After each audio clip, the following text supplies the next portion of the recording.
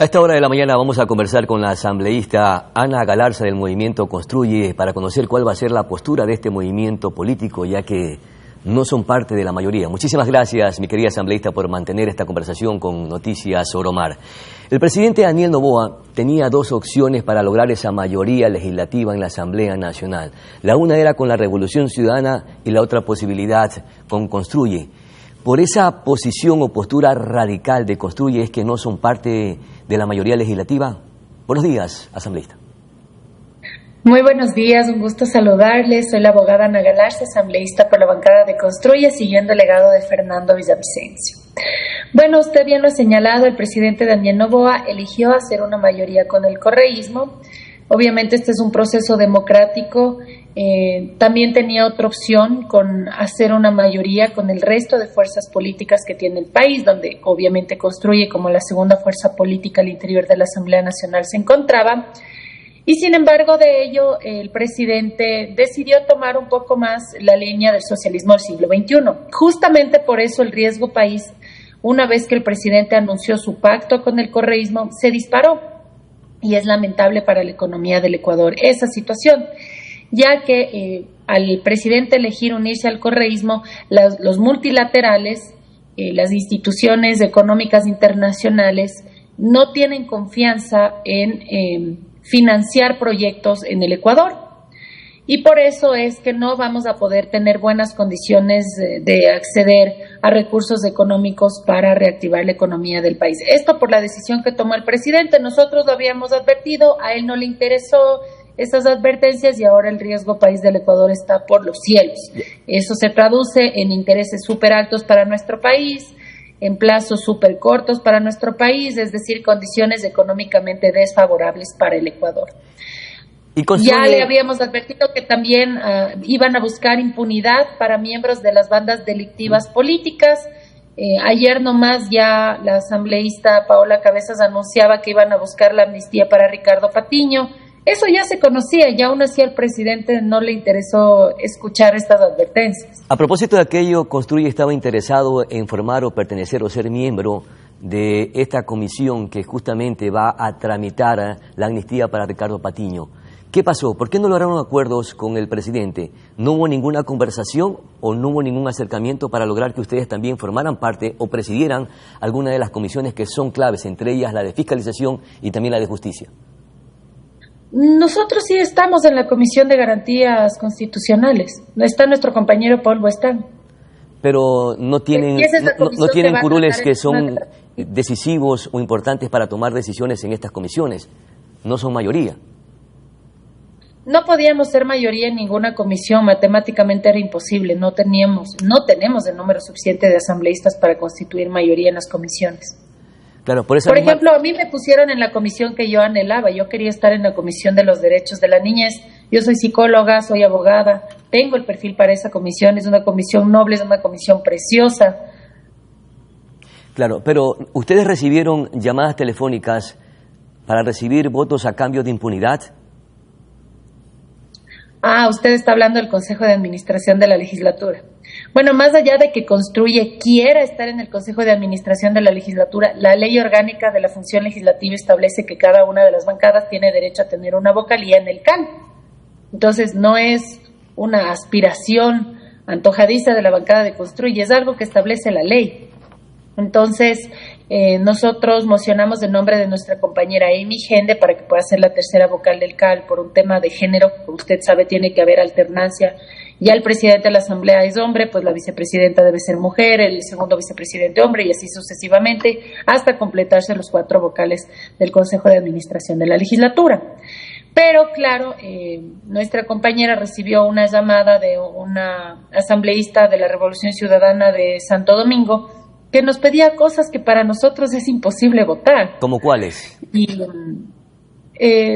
por ponerle un ejemplo, que votáramos a favor de las propuestas de la Revolución Ciudadana. Y no podemos hacer eso, porque sabemos cuáles son las propuestas de la Revolución Ciudadana. ¿Cuáles son estas propuestas, asambleísta? Bueno, empezando desde que votemos por sus candidaturas a la vicepresidencia o a las vocalías del CAL. También se incluyen los temas de juicios políticos que han planteado. No podemos hacer eso. O sea, la Revolución Ciudadana puede mocionar, puede presentar, pero en los temas con los que nosotros no nos encontramos de acuerdo, no vamos a votar a favor de esas mociones. Y es justamente lo que a nosotros nos caracteriza, que nosotros no estamos en la Asamblea Nacional en una aspiración de espacios de representatividad. Nosotros estamos en la Asamblea Nacional para actuar en coherencia y consonancia con los valores y principios que hicieron que cerca de 2 millones de ecuatorianos apoyen a la lista 25, apoyen al legado de Fernando Villavicencio, y eso nos ha mantenido coherentes. Mire, yo le digo, a mí me pusieron en la comisión que yo quería estar. Claro. Sin embargo, de ello, la votación de las comisiones, de las diferentes comisiones que se hace en la Asamblea Nacional, se hizo en una sola, en un solo paquete. Y nosotros, yo voté en contra, pese a que a mí me mandaron a la comisión que yo quería. ¿Pero por qué? Porque cuando se organizan las comisiones se hace una lista, y el primero de la lista es quien va a presidir la comisión.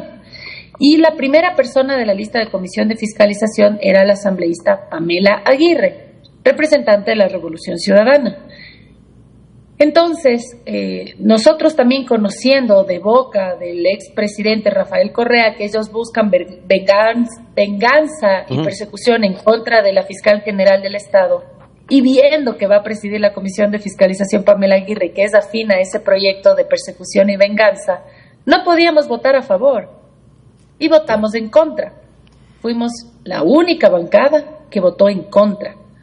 Así que nosotros no somos responsables de cómo se terminó conformando esa comisión de fiscalización. Los demás que votaron a favor sí, pero nosotros no. Hay 2 comisiones que son claves y serán manejadas por la Revolución Ciudadana, entre otras comisiones también, porque son en total 6 la que prácticamente está presidiendo esta agrupación política. Se mantiene con esta agenda de traer al presidente Rafael Correa, y ya lo anunció el ex vicepresidente, que precisamente del Movimiento de la Revolución Ciudadana ha dicho que quieren traer a Rafael Correa al país. ¿Esta será la agenda de la mayoría legislativa? No sabría decirle si eso sea parte de la agenda de toda la mayoría legislativa, porque ahí está también el Partido Social Cristiano o ADN, y yo no podría mencionarle si eso se encuentra dentro del plan legislativo, por ejemplo, del Partido Social Cristiano, que regrese el expresidente Rafael Correa. Yo no puedo afirmarle eso porque no conozco cuál es su postura respecto a ese particular. En la Comisión de Garantías Constitucionales, que preside Paola Cabezas de la Revolución Ciudadana, ya se ha anunciado que va a iniciarse con el proceso de calificación por el CAL, precisamente para que se avance con la amnistía de Ricardo Patiño, ex embajador de la Revolución Ciudadana. ¿Ustedes qué postura mantendrán al respecto? No, Paola Cabezas no preside esa comisión. Pero por otro lado nosotros... ¿La de Garantías Constitucionales? Sí, ella no preside esa comisión. ¿Quién preside esta comisión? No recuerdo, pero la asambleísta Cabezas está en otra comisión.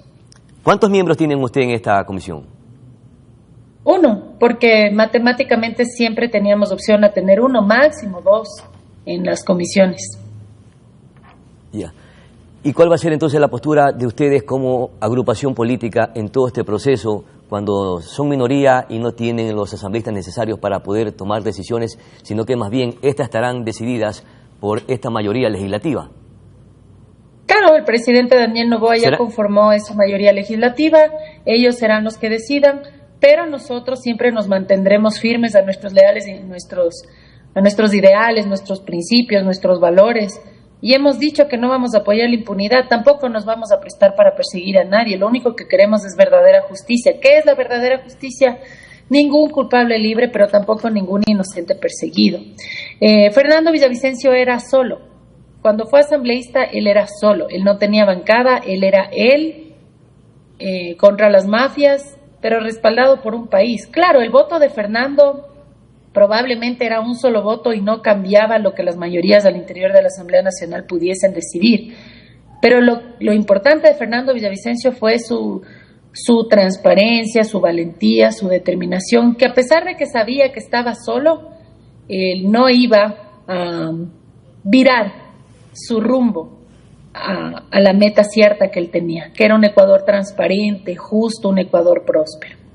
Ustedes, como Construyen, harán una posición entonces sana porque apoyaron la candidatura de Henry Kronfle para la presidencia de la Asamblea Nacional.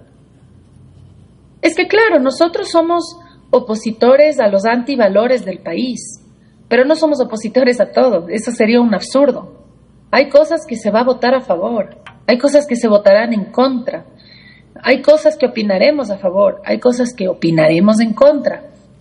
No es una gobernabilidad a ciegas que pensamos darle al presidente Daniel Noboa, porque si pretende aprobar impuestos para castigar la economía de las familias ecuatorianas, no va a contar con nuestros votos, por ejemplo. Pero si obviamente nos presenta algo técnicamente posible para estabilizar la economía del país, va a contar con nuestros votos. Es decir, todo lo positivo que vaya a fortalecer la economía del país. Aunque sean proyectos legislativos que presente justamente la Revolución Ciudadana, ¿los apoyarían? Claro, Perfecto. Porque la madurez política lo que dice es que indistintamente quién sea el proponente, si es que lo que se propone es positivo, tienes que votar a favor. Esa es la madurez política. Muy bien, nos alegramos bastante por el bienestar de los ecuatorianos. No porque haya un afecto o desafecto con el proponente vas a detener el progreso del Ecuador. Eso es lo que le ha faltado a los últimos parlamentos y yo espero que el resto de bancadas tengan la misma postura. Al menos la postura de Construye es que indistintamente quién sea el proponente, si es que lo que se propone no tiene acuerdos bajo la mesa, no tiene trampas, no tiene tramoyas y lo que le va a entregar al país es algo positivo, pues tiene que contar con nuestro voto. Nosotros queremos ser parte de la solución del Ecuador que creo yo todos anhelamos. Yo vivo en este país, soy madre, quiero que el país mejore por las generaciones que vienen, por las generaciones que están. ¿Quién más que nosotros para saber el nivel de inseguridad que vive el Ecuador? O sea, nos asesinaron a nuestro candidato a la presidencia y en mi caso mi amigo personal. Entonces ahí estará la bancada de Construye, siendo parte Perfecto. de una asamblea sana, madura, pero también radical frente a las pretensiones de impunidad que buscan ciertas organizaciones políticas. Muy bien, celebramos esa madurez política. Muchísimas gracias, mi querida asambleísta Ana Galarza del Movimiento Construye, por sus valiosos aportes. Vamos a nuestra pausa publicitaria, enseguida retornamos.